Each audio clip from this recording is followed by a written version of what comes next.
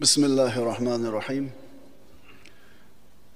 إن الحمد لله نحمده ونستعينه ونستغفره ونعوذ بالله من شرور أنفسنا ومن سيئات أعمالنا من يهده الله فلا مضل له ومن يضلله فلا هادي له ونشهد أن لا إله إلا الله وحده لا شريك له ونشهد أن محمدا عبده ورسوله Amma ba'd, assalomu alaykum va rahmatullohi ta'ala va barakatuh. Savobli amallar Alloh taoloning fazli deb aytdik o'tgan darsimizda. Banda har qancha katta savobli amalni qilmasin, ana shu savobli amalni qilishlik Alloh taoloning fazli ekanligini e'tirof qilishligi kerak. Chunki mana shu qilgan amali Alloh uni shu ishga muvaffaq qilganligi uchun bo'ldi. Agar Allohning fazli tavfiqi, yordami bo'lmaganida bu banda mana shu qilgan savobli ishini qila olmas edi. Astagfirullah. Walavla fadlullohi alaykum va rahmatuhu lattaba'tumush shaytona illa qalila. Agar dedi Alloh taolo sizlarga Allohning fazli marhamati bo'lmasa edi, ayrim kishilardan tashqari hammanglar shaytonga ergashib ketardinglar. Ya'ni mana shu shaytonga ergashmasdan Sirotol mustaqimda to'g'ri turishligimiz Allohning fazli. Agar shu fazl bo'lmasa, juda ko'pchilik odamlar shaytonga ergashgandek, biz ham ergashib ketgan bo'lar edik. Boshqa oyatda Alloh taolo aytadi: "Agar sizlarga Allohning fazli marhamati bo'lmasa edi, sizlardan biron kishi gunohdan pok bo'lmas edi. Lekin Alloh o'z fazli marhamati bilan o'zi xohlagan kishini poklaydi. Alloh eshituvchi, bilguvchi bo'lgan zot." Demak, o'tgan darsimizdan kichkina bir takrorlash bo'ldi. Bizdan qanday xayrli savob amal sodir bo'lgan bo'lsa, buni biz qilganimiz yo'q. Buni Alloh bizga qildirdi. Bu Allohning fazli bo'ldi. Chunki siz qilgan o'sha ihsonni qilishga qodir bo'lgan 10 ta odam bor atrofingizda. Ehtimol sizdan ham boyroq odamlar bor. Ammo ularga nasib qilmadi, sizga nasib qildi. Shuning uchun ulamolar aytishadi, agar insonning ilmi komil bo'lgan bo'lsa, qilgan savobli amalini o'zim qildim demaydi. Agar insonning ilmi komil bo'lsa, meni amalim bor deb turib o'ziga katta baho bermaydi. Balki ana shu amalni bajarishlikka muvaffaq qilgan Alloh taologa hamd sanolar aytadi. Aqlli odam o'zim qildim demaydi. Aqlli odam amalim bor deb bilmaydi. Xo'p, mana endi aqlli odam, ilmi to'liq bo'lgan odam meni amalim bor demas ekan. Bu ishni men qildim demas ekan. Endi qachon u mana shunday deya oladi? Qaysi sifatlar unda bor bo'lsa, meni amalim bor deb bilmaydi, o'ziga katta baho bermaydi, ujubga ketmaydi. Birinchisi, u mana shu ishga Alloh meni muvaffaq qildi deyish kerak. Astagfirullah. Yamunnuna alayka an aslamu qul la tamunnu alayya islamakum balillahu yamunnu alaykum an hadakum lil imani in kuntum sodiqin. Arabiylar kelib payg'ambarimiz sollallohu alayhi vasallamga "Ha, biz musulmon bo'ldik, biz iymon keltirdik" deb minnat qilishdi, iymonlarini, islomlarini. Biz iymon keltirdik. Alloh taolo ularga javob berib aytdi: "Ey Muhammad alayhisalom, ularga ayting, sizlar menga musulmon bo'lganlaringlarni minnat qilmanglar. Balki agar iymonlaringda sodiq bo'lsanglar, Alloh sizlarni iymonga hidoyat qilganini minnat qilur. Iymon keltirganinglar rost bo'lsa, Alloh hidoyat bergani uchun iymon keltirdinglar. Biz iymon keltirdik demanglar" deyapti. Hatto la ilaha illalloh Muhammad rasululloh deyish sizni o'zingizni ixtiyoringizdagi ishmi? Agar Alloh tavfiq bermasa shu kalimani ayta olmaysiz. Iymon keltirgan bo'lsangiz ham ayting, Alloh meni muvaffaq qildi, iymonga hidoyat qildi deng. Nikohda domla, endi 90-yillarda aytayapman. Nikoh o'qitishdan avval kelin kuyovga kalimani talqin qildiradi, iymonini yangilab olsin, yangi iymoni bilan nikohlansin deb turib, ashhadu an la ilaha illalloh va ashhadu anna Muhammadan rasululloh desa, kuyov qaytara olmayapti. La ilaha illa Alloh. To'rtta so'z ayta olmayapti. Ehtimol 100 ta qo'shiqni yoddan bilar. Ehtimol 2 xil tilni bilar, lekin shu kalimani Alloh bermasa ayta olmas ekan. Demak, siz meni amalim bor deb o'zingizga katta baho bermaslik uchun birinchi bilishingiz kerak bo'lgan narsa, bu ishni Alloh menga qildirdi deyishingiz kerak. Astagfirullah. Walakinnalloha habbaba ilaykumul iymana va zayyanahu fi qulubikum va karraha ilaykumul kufra wal fusuqa wal isyan. Lekin Alloh sizlarga iymonni suyukli qildi va uni dillaringizga chiroyli ko'rsatdi, hamda sizlarga kufrni, itoatsizlikni va isyonni yomon ko'rsatib qo'ydi. Mana qarang, siz bilan biz mo'min sifatida iymonni suyukli deb bilamiz, iymonni yaxshi ko'ramiz. Fisq, fujur, gunoh, ma'siyatni yomonlik deb ko'ramiz va undan uzoq bo'lishga harakat qilamiz, yomon ko'ramiz. Iymon biz uchun yaxshi narsa va yaxshi ko'ramiz. Fisq, fujur biz uchun yomon narsa va uni yomon ko'ramiz. Iymonni suyukli qilgan ham sizga Alloh, fisq, fujurni xunuk ko'rsatib qo'ygan ham Alloh. Shuni chaqib olinglar ozgina. Shuni ma'nosini yaxshilab tushunib olaylik. Men o'zim namoz o'qimayapman. Boshlayman desam, bu payt boshlab olaman. Deyapsizmi? Kechirib qo'yasiz.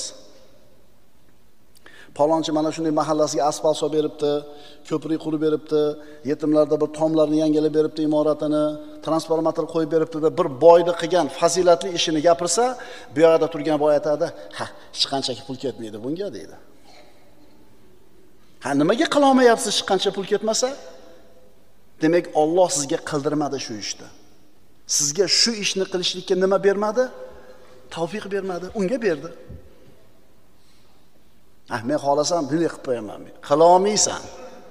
Demak, birinchi bilishimiz kerak bo'lgan narsa, biz qanday bir savobli, xayrli amalni qilishga muvaffaq qilgan bo'lmaylik, buni Alloh menga qildirdi deysiz.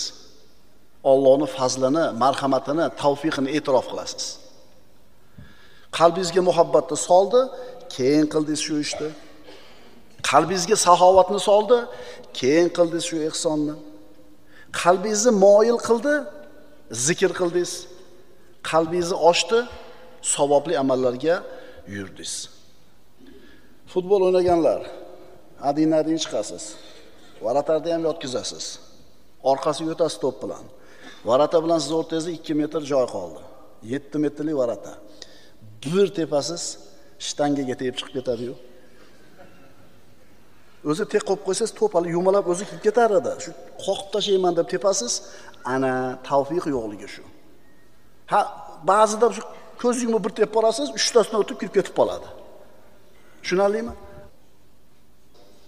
Biz hech qachon meni amalim bor, men qildim deb o'zimizga baho bermasligimiz uchun birinchi bilishimiz kerak bo'lgan narsa, mana shu biz qilgan yaxshi ish Allohning tavfiqi bilan bo'ldi, Alloh qildirdi deyishimiz kerak. Birinchisi shu bo'ldi.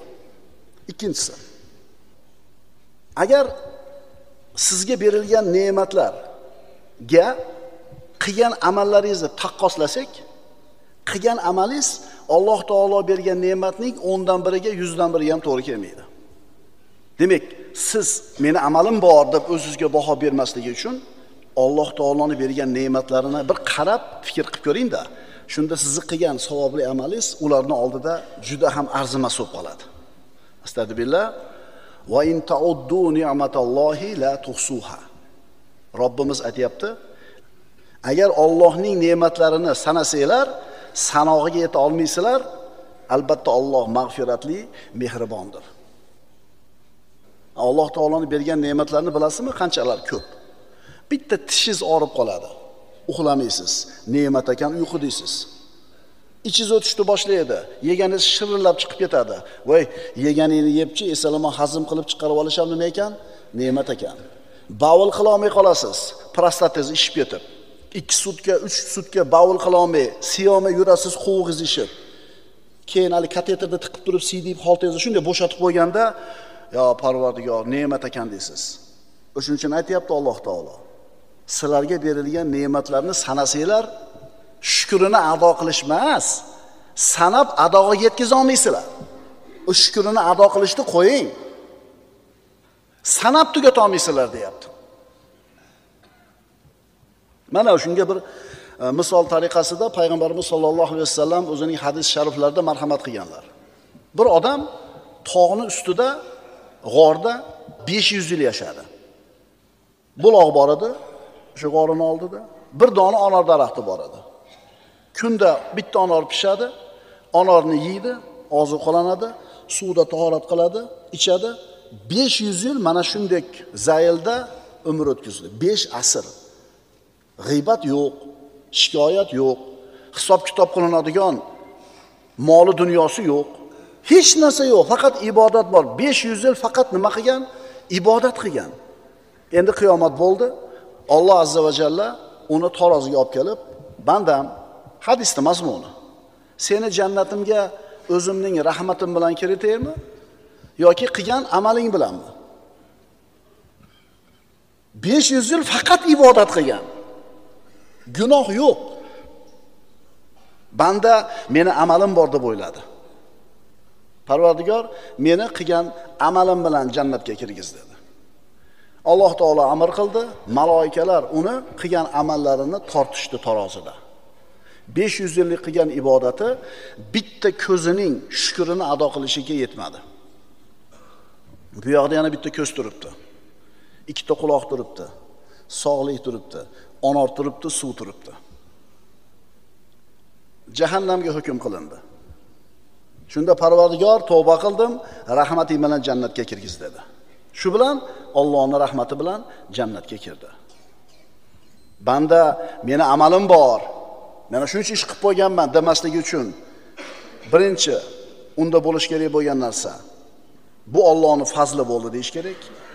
Ikkinchisi bergan ne'matlar haqida fikr qilib ko'rsa, qilgan amali arzimas bo'lib qoladi. Uchinchisi, agar banda kimga itoat qilayotganligini bir o'ylab ko'rsa, kimga sajda qilayotgani, kimga ibodat qilayotganligini fikr qilib ko'rsa, qilgan amali, toati, ibodati arzimas bo'lib qoladi. Sen qilgan gunohingni kichkinaligiga qarama. Sen kimga qarshi isyon qilganingga qara. Tushunarlimi? Nima endi?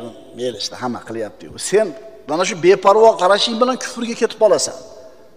Bir odam gunoh kabira qilib turib, bo'ynini egib, tavba qilib, hijolat bo'lib, uyatib qilyaptimi? Har qalay xayriyat bor. Endi sen kichkina sanagan gunohingni, seni ko'zingda kichkina gunohdi. Nima endi hamma qilyapti deb turib, mensimasligi bilan kufrga ketib qolasan. Endi banda qilayotgan amallariga aldanib, o'ziga katta baho berib qolmasligi uchun qilish kerak bo'lgan uchinchi narsa, kimga ibodat qilyapman men deyish kerak. Kimga ibodat qilayotganini qarasin, shunda qilgan amali har qancha katta bo'lsa ham arzimas bo'lib qoladi. Endi qachon insonda shunday holat yuzaga keladi? Qachon banda o'zini amalini arzimas sanaydi? Agar amali xolis bo'lgan bo'lsa. Qalbi g'aflatda bo'lmasa. Demak, insonning qalbi g'aflatda bo'lsa, amalida ixlos bo'lmasa, meni amalim bor der ekan. Shuning uchun inson o'zini qilgan savobli amalini katta kichikligiga, ko'pligiga qarashda o'rniga qabul bo'ldimikin, bo'lmadimikin degan g'amni ko'proq qilish kerak. Ma'qulmi? Alloh biladi-da qabul qilgan qilmaganini. Ana taroziga qiyomatda birinchi olib 3 ta odam olib kelinar edi. Olim, shahid va boy. Odamlar uni olim degan, dinning xizmatini qilyapti, taqvoli degan, ixlosli degan. Lekin qiyomatga borganda uni riyo uchun, xo'ja ko'risi uchun qilganligi ma'lum bo'lgandan keyin jahannamga birinchi bo'lib tushdi. Orqasidan saxovatli boyni olib kelindi. Hamma bilgan uni halol topganini, hamma ko'rgan o'rniga sarflaganini.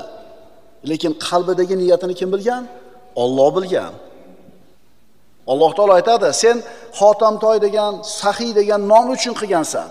Odamlar saxiy dedi, haqqingni olding, sur jahannamga dedi buni. Uchinchisi shahid edi.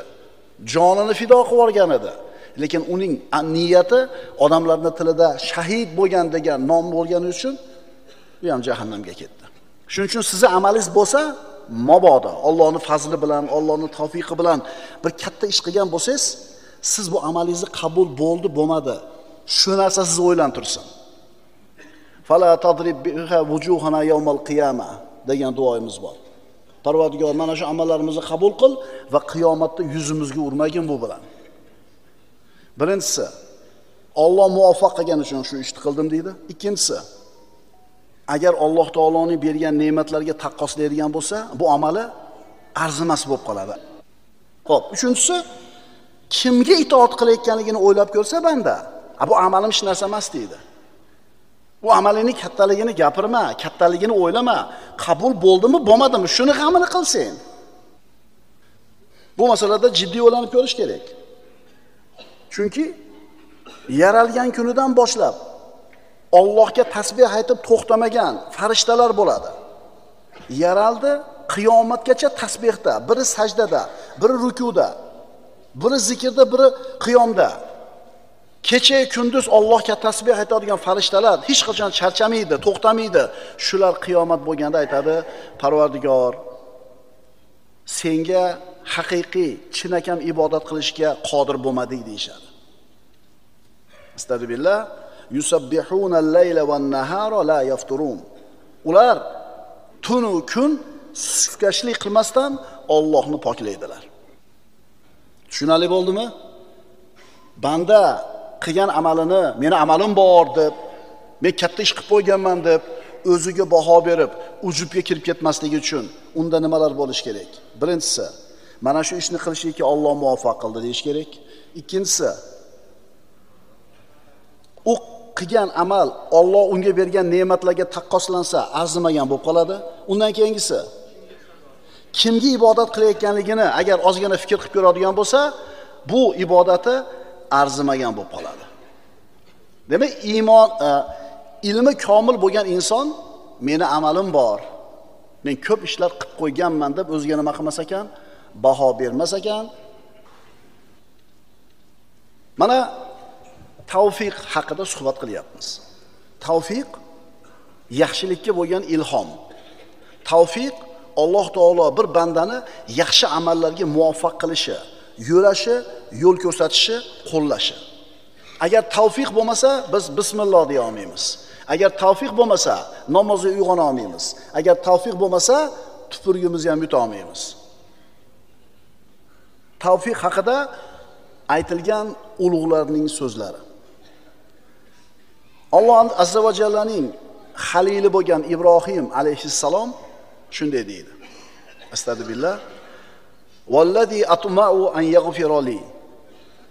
U Alloh jazo kunida mening xato gunohlarimni mag'firat etishini umid qilurman. Va Ibrohim allazi vaffa degan Alloh maqtab bu payg'ambarini. U vafo qilgan Ibrohim. Alloh taolo qanaqa qiyin imtihonni bermagan bo'lsin, vafo qilgan zo'r chiqqan undan. Aytmayapti, meni o'tga, olovga uloqtirishganida sabr qilganman demayapti. Katta ish edi. Bir dona o'g'ling bilan, bir dona bolang bilan ayolingni sahroga, Bakka vodiysiga tashab kel deganda, xo'p deb tashab kelganman demayapti. O'g'limni tomog'iga pishaqni qo'yib tortganman demayapti. Nima deyapti?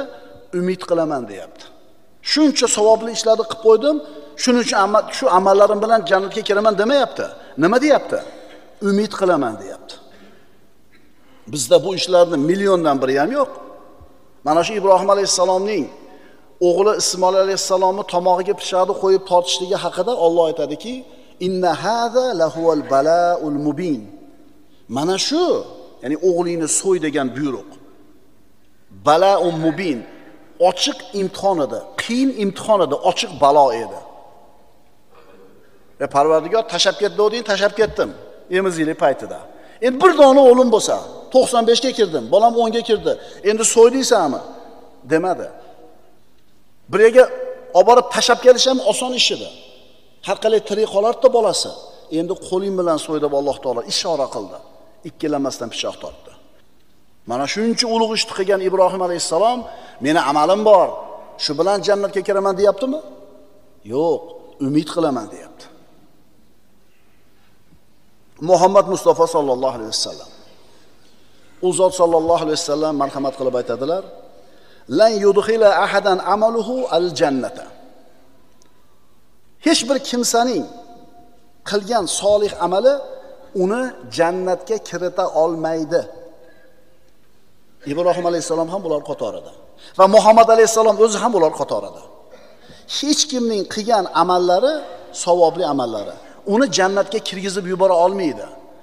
Vala anta yo Rasululloh, sizni ham amalingiz jannatga kirita olmaydimi yo Rasululloh? La, vala ana dedilar. Ha, meni ham amalim jannatga kirita olmaydi. Faqat Allohning fazli va rahmati meni qoplasa. Robbim meni o'zining fazli marhamati bilan o'rab olsagina jannatga kiraman.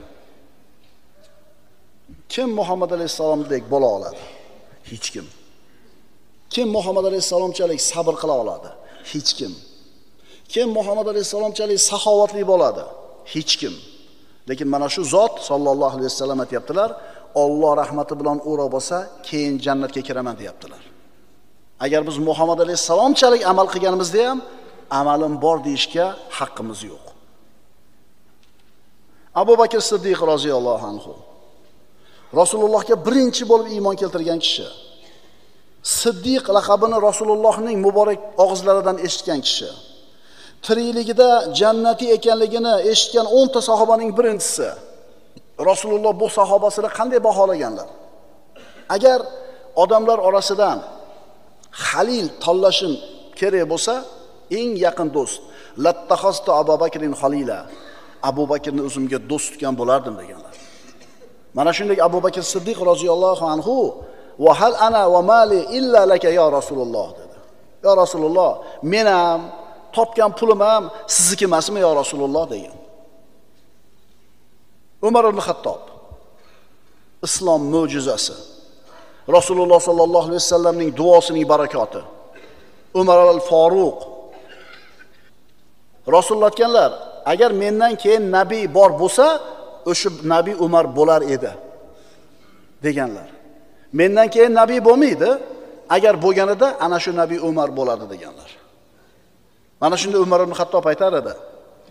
Agar menda yer to'ldir oltin boylik bo'lganida, oldimda turgan qo'rquvdan, ya'ni qiyomatda qo'rquvdan qutulish uchun hammasini fido qilib yuborardim deydi. Yana bir so'zlarida qaniydi onam meni tug'masa deydi. Ha, bo'lmasam tirikligida payg'ambarimizdan eshitdi jannati ekanligini. Jannatga mana bunday kiramiz deb Rasululloh bir qo'li bilan Abu Bakrni, bir qo'lini Umar ibn Xattobni ushlab, shunday qadam bosdilar. Jannatga mana shunday kirib ketamiz dedilar. Rasulullohning va'dasini olgan sahoba qaniydi tug'ilmaganimda deyapti. Shuncha bashoratlari borligiga qaramasdan, shuncha ulug' amallari boriga qaramasdan katta ketmadi. Abdulloh ibn Mas'ud aytadi radhiyallohu anhu, qaniydi o'lib keyin tirilmasam. Qo'rquvdan. Ummatning peshvosi bo'lgan salaf solihlar shunday fikr qilishardiki, amalim bor deb bilishmas edi. G'am qilishar edi. Shuning uchun Alloh ulardan rozi bo'ldi. Sizda, menda biz aytayotgan Allohning tavfiqi bormi, yo'qmi? Sen tavfiqli odammisan? Mana ana shu tavfiqning alomatlarini ko'rib chiqamiz. Qidiring, sizda shular bormi? Birinchidan, Alloh seni iymon va islomga muvaffaq qilishi. Alhamdulillahi robbil alamin bor. Chunki kalima keltirishga Alloh tavfiq berdi, kalima keltirishga Alloh izn berdi. Albatta bu hamma ne'matlar orasidagi eng katta ne'mat, eng ulug' ne'mat, eng oliysi va eng avvalgisi. Bundan ortiq ne'mat bo'lmaydi. Bundan ortiq ne'mat bo'lmaydi. Kufrga to'layotgan bu olamda Alloh sen uchun tanlab bergan, sendan talab qilgan asosiy narsa iymon. Astagfirullah. Balillahu yamunnu alaykum an hadakum lil iman in kuntum sodiqin. Ey Muhammad alayhisalom, ona arabiylarga ayting, biz iymon keltirib qo'ydik deb minnat qilayotgan arabiylarga ayting. balki agar iymoningizda sodiq bo'lsanglar, Alloh sizlarni iymonga hidoyat qilganiga minnat qilur. Bormi bizda shu? Alhamdulillahi robbil alamin. Iymon bilan islom bormi? Tavfiqni birinchi alomati. Agar bizda iymon bo'lmasa, bizda shirk bo'lsa, kufr bo'lsa, na'uzubillah, hamma amallarimiz xabada bo'lib ketadi. Yana nimasi doim mo'minni o'ylantirish kerak? Ha, xo'p, mana shu alomatlarning hammasi bor senda. Tavfiqning 10 ta alomati bor deylik senda. Doim xavotirda turishing kerak. Nima deb? Nima degan xavotir doim turish kerak bizda? Shu iymon bilan o'lib olay. Shu iymon bilan turganimda omonatni topshirib olay. Chunki oxirgi lahzasigacha shayton bizni tark qilmaydi. Bilasizlarmi? To tanimizda bu jon omonat turar ekan, shayton umidini uzmaydi. Imom Ahmad ibn Hanbalni vafotini qaraydigan bo'lsak, mana ulug' mazhab boshilarimizdan. Ana shu dunyodan uzilib oxiratga ko'chadigan vaqti yaqin bo'lganida yotib uxlab qoladi. 1 soat, 2 soat yotadi-da o'ziga keladi. Keyin uyquga ketadi. Yana o'ziga keladi. Ana shu o'ziga kelgan paytda yo'q, hali yo'q deydi-da, uyquga ketadi. Yana ozgina turib o'ziga keladi, uyg'onadi. Uyg'onibla hali yo'q deydi. Mana shu holat bir necha marta takrorlanganda o'g'li, otajon, nima bo'lyapti deydi. Nimaga o'zingizdan ketyapsiz? 1 soat, 2 soat, keyin o'zingizga kelib turiblar, darrov hali yo'q deyapsiz. O'g'lim, nima bo'layotganini bilmayapsanmi hozir dedi. Yo'q, bilmayapman. Xonani burchagida shayton o'tiribdi. Barmog'ini tishlab, "Ha, Ahmad, qutulib ketding-a mendan" deyapti. Men aytayapman, hali qutulganim yo'q. Bu kishi ana shu Mu'tazililarga qarshi turgan ahli sunnaning ulug' imomlaridan. Juda ko'p qiyinchilikka, mashaqqatga, azoblarga qolgan kishi. Ahli sunnaning e'tiqodini mahkam himoya qilib turgan kishi. Shuncha imtihon qiyinchiliklardan o'tib bo'lib turib, yana qo'rqib turibdi. Hali jonim turibdimi tanimda? Sendan qutulganim yo'q hali. Hali u fitnadan omon bo'lganim yo'q deb aytayapti. Tushunarlimi? Yo, garantiya bormi iymon bilan ketishimizga? Unga ham Alloh tavfiq bersa bo'ladi-da. Astagfirullah. Walau ashraku la habita anhum ma kanu ya'malun. Agar ular mushrik bo'lganlarida qilgan amallari behuda ketgan bo'lar edi. Alloh taolo Muhammad alayhisolamga aytayapti. Astagfirullah. Wa laqad uhiya ilayka wa ilal ladina min qablik la in ashrakta la yahbatanna 'amaluk wa la takunanna minal khosirin. Dar haqiqat sizga ham, ey Muhammad alayhisalom, sizdan ilgariga o'tgan payg'ambarlarga ham shunday vahiy qilingandir. Qasamki, agar mushrik bo'lsang, albatta qilgan amaling behuda ketadi va albatta ziyon ko'rguvchilardan bo'lib qolasan. Demak, sizda tavfiq bor yo'qligining alomatlarining birinchisi bu iymon va islom. Senda tavfiq bormi? Sen tavfiqli odammisan? Ikkinchi alomati ilmga bo'lgan rag'bat va ilmga harislik. Bu ham tavfiqdan. Shar'iy ilmlarni o'rganish, diningizni yaxshiroq tushunishga harakat qilishingiz, halol haromni tanishga, qaysi ishlarni qilsam Alloh mendan rozi bo'ladi degan intilishni sizda bor bo'lishligi, ilmga bo'lgan ishtiyoq ham tavfiqning belgisi. Ilm majlisida o'tirasiz, rohatlanasiz. Ahli ilmlar bilan birga bo'lishga doim intilib turasiz. Ilmni ko'paytirishga bo'lgan rag'batingiz bor. Bu ham tavfiqi bor odamda bo'ladi, hammada emas. Ilmdan qochmaysan, ilm majlislaridan bezimaysan. Payg'ambarimiz sollallohu alayhi vasallam aytadilar: "Man yuridillahu bihi khayron yufaqihu fid-din." Payg'ambarimiz aytayaptilarki, Alloh kimga yaxshilikni ravo ko'rgan bo'lsa, uni dinda faqih qilib qo'yadi. Diniy ilmlarda, shar'iy ilmlarda berganligi tavfiqning bitta alomati. Endi ilm majlisida o'tirishni xohlamaysizmi? Shu arzimagan narsani bahona qilib chiqib ketasizmi? U tashqaridan kirmayotganlar ilm majlisiga, u o'zi xohlamay, o'zi kirmayotgan joyi yo'q. Alloh uni kirgizmayapti uyaga. Undan pul so'rashmas edi. U ilm majlisiga kelsa, birov urmas edi uni. Ilmga qiziqish, ilmga rag'bat yo'qmi? Demak, bu odam betavfiq odam. Betavfiq derdik eskilar. Betavfiq degani Alloh esdan chiqargan banda. Alloh esdan chiqargan banda. Allohning ishi yo'q u bilan, o'zini holiga tashab qo'ygan banda. Bu banda halok bo'lishda shubha yo'q. Ikki dunyoda ham. Sen tavfiqli odammisan? Birinchi alomati iymon, islomda bo'lishi.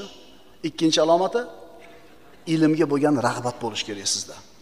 Agar ilmga qiziqish bor bo'lsa, demak tavfiqning ikkinchi alomati bor. Uchinchi alomati savobli amallarga muvaffaq bo'lishlik. 5 mahal namoz o'qiysiz, qoldirmaysiz. Allohning tavfiqining belgisi bu. Chunki hamma ham o'qiy olmayapti. Ramazonda bir kun qoldirmasdan ro'zangizni tutasiz va bir kun qoldirmasdan tarovaga kelasiz. Kelasiz, 8 rakatda chiqib ketmaysiz. Bu ham tavfiq. Nafl amallar, zikrlar, Qur'on tilovati, istig'for. Mana shu zikr ham Allohning tavfiqi bo'lmasa ayta olmaysiz. Ha, zikrni 1 oy, 2 oy domlangiz majbur qiladi aytasiz. Bu narsani, tushunib mazasini totib olganingizdan keyin, Allohdan tavfiq kelgandan keyin zikrni aytmagan kuningizni nuqsonli kundek his qiladigan bo'lib qolasiz. Quduqlar qazish, masjid madrasalarda bino qilish, yetim yesirlarda boshini silash, xayrli amallarda qoyim bo'lish, haloyiqqa foydali bo'lish, jamiyatga foydali bo'lish ham tavfiqi bor odamda bo'ladi. Sen tavfiqli odammisan? Birinchi alomati iymon va islom, ikkinchi alomati ilmga bo'lgan qiziqish, rag'bat, uchinchi alomati savobli amallarga muvaffaq bo'lishlik. Anna rajulan qala ya Rasululloh, ayyun nasi khayr. Bir kishi kelib payg'ambarimiz sollallohu alayhi vasallamdan so'radi. Ya Rasululloh, odamlarning yaxshisi qanday bo'ladi? Qaysi odam odamlarning yaxshisi? Rasululloh aytdilar: "Man tola umruhu va hasuna amaluhu." Umri uzun va amali chiroyli bo'lgani odamlarning yaxshilari. Bir odamning umri uzun bo'lib turib fisq fujurda bo'lsa, bu yaxshi odam degani emas. Umrni uzun bo'lishigini o'ziga yaxshi emas. Balki umri uzun bo'lib turib amallari chiroyli bo'lgani. Sen tavfiqli odammisan? Tavfiqning alomatlarining birinchisi iymon va islom, ikkinchisi shar'iy ilmlarga bo'lgan qiziqish, rag'bat, uchinchisi savobli amallarga muvaffaq bo'lishlik. أقول قولي هذا وأستغفر الله لي ولكم إن الله وملائكته يصلون على النبي يا أيها الذين آمنوا صلوا عليه وسلموا تسليما والسلام عليكم ورحمة الله تعالى وبركاته.